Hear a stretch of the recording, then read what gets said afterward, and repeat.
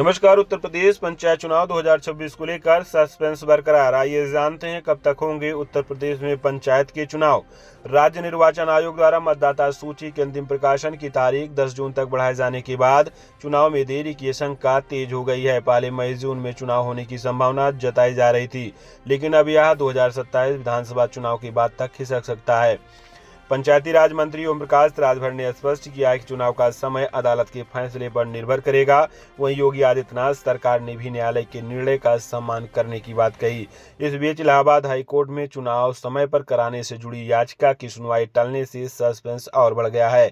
ग्राम प्रधानों का कार्यकाल 26 मई 2026 को समाप्त हो रहा है। ऐसे में प्रधान संगठनों ने कार्यकाल बढ़ाने की मांग उठाई। यदि चुनाव समय पर नहीं होते तो सरकार पंचायतों में प्रशासक समिति नियुक्त करने का विकल्प भी अपना सकती है। ओबीसी आरक्षण को लेकर भी स्थिति स्पष्ट नहीं है। आयोग की रिपोर्ट आने में अभी कई महीने लग सकते हैं, जिससे आरक्षण प्रक्रिया अधूरी बनी हुई है। दूसरी ओर मतदाता सूची शुद्धिकरण के दौरान लाखों डुप्लीकेट वोटर हटाए गए हैं, लेकिन अंतिम सूची में देरी से चुनावी तैयारियों पर असर पड़ रहा है। सीमा निर्धारण और पुनर्गठन की प्रक्रिया अंतिम चरण में है, जिसमें शहरी विस्तार के कारण कई ग्राम पंचायतों का स्वरूप बदल गया। राजनीतिक मोर्चे पर कांग्रेस ने पंचायत चुनाव अकेले लड़ने का ऐलान कर दिया है, जिससे मुकाबला और दिलचस्प होने की उम्मीद है।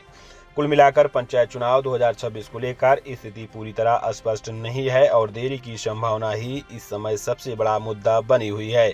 वहीं विपक्ष का कहना है कि सरकार डरी हुई है, इसलिए पंचायत चुनाव समय पर नहीं कराना चाहती है। अगर समय पर पंचायत चुनाव होंगी तो भाजपा समर्थित प्रत्याशी चुनाव हार जाएंगे और उसका सीधा असर 2027 के विधानसभा चुनाव पर पड़ेगा।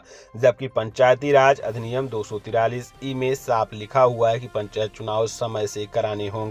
किसी विशेष परिस्थिति आपातकाल में ही सरकार 6 माह के लिए चुनाव टाल सकती है, जबकि वर्तमान समय में कोई आपातकाल जैसी स्थिति नहीं है। ऐसे में सरकार की तानाशाही कह लीजिए या फिर नाकामी साफ दिख रही है।